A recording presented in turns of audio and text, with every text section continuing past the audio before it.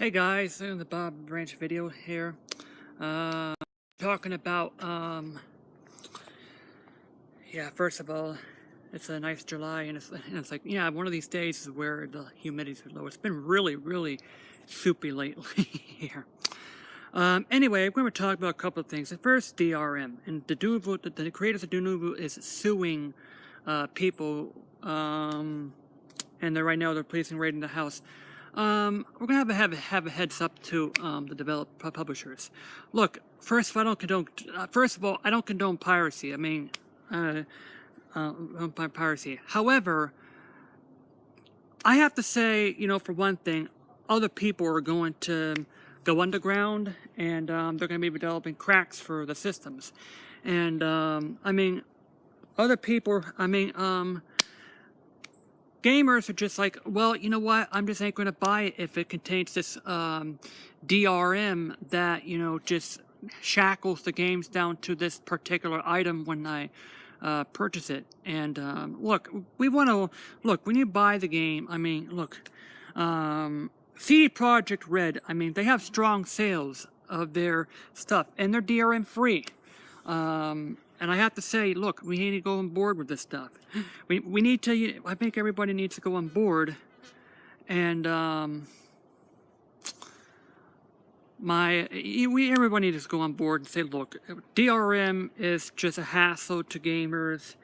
And I have to say, first of all, another person will be taking this place, once that lawsuit goes through, and then it's going to go underground.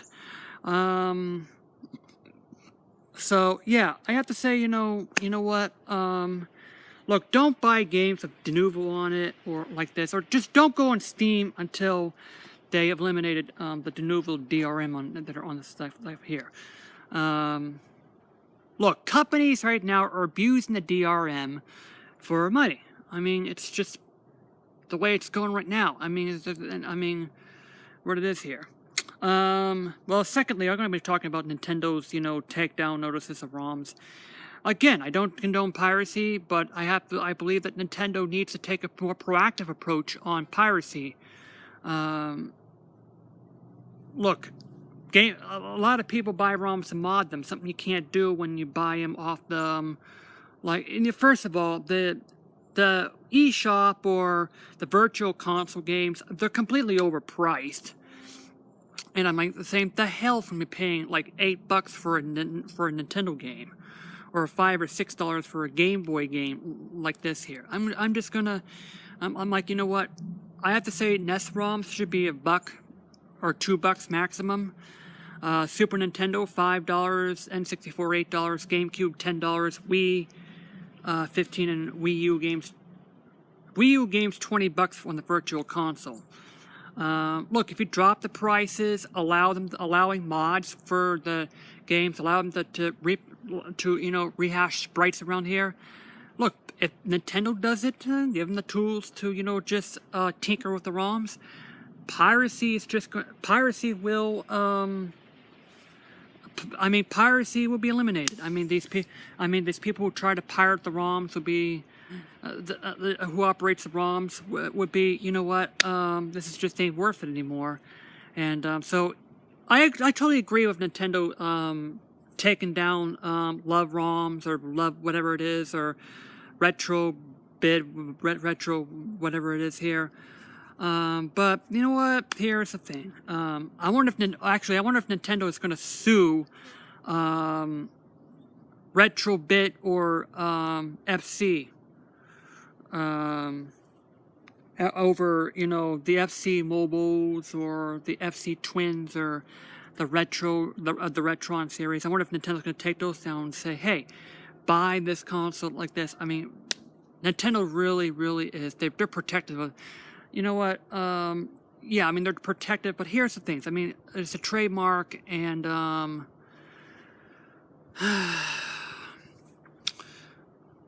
they're a trademark like this, and look, Nintendo. Look, it's the trademarks expired like this. The patents have completely expired right now, and but Nintendo just doesn't want people downloading emulators, let alone ROMs like this. But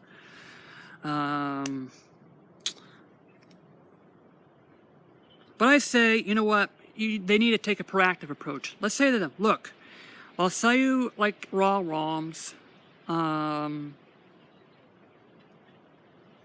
People can mod them. People can, you know, tinker with them like this here. And it's like, yeah, like a lot of hobbyists like to do, like take around with the ROMs and like this and sell IPS patches or whatever it is. And so that they can be able to play ROM hacks or like this.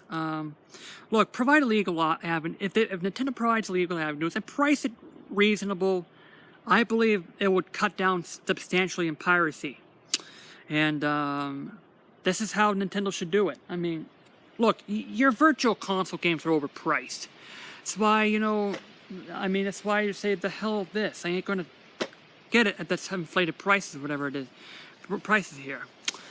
And now, the last thing of Sony, and it's rumored next things of backwards compatibility to PlayStation 3s. If the rumor is true, Sony should include PS1 and PS2 backwards compatibility. Look, the PS4 can easily play PS1 and PS2 games. Look, it can play DVD movies. Why can't you just play CDs or whatever? I mean, look, it can be done. I mean, even I believe that even a Blu-ray player can be focused to a point where it can play CDs. So, this is, you know, my intakes of my takes with Sony's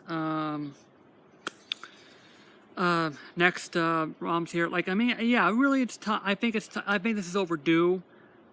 I have to say, certainly PS5 should be backwards compatibility. It's one of the main things I want for the next gen system.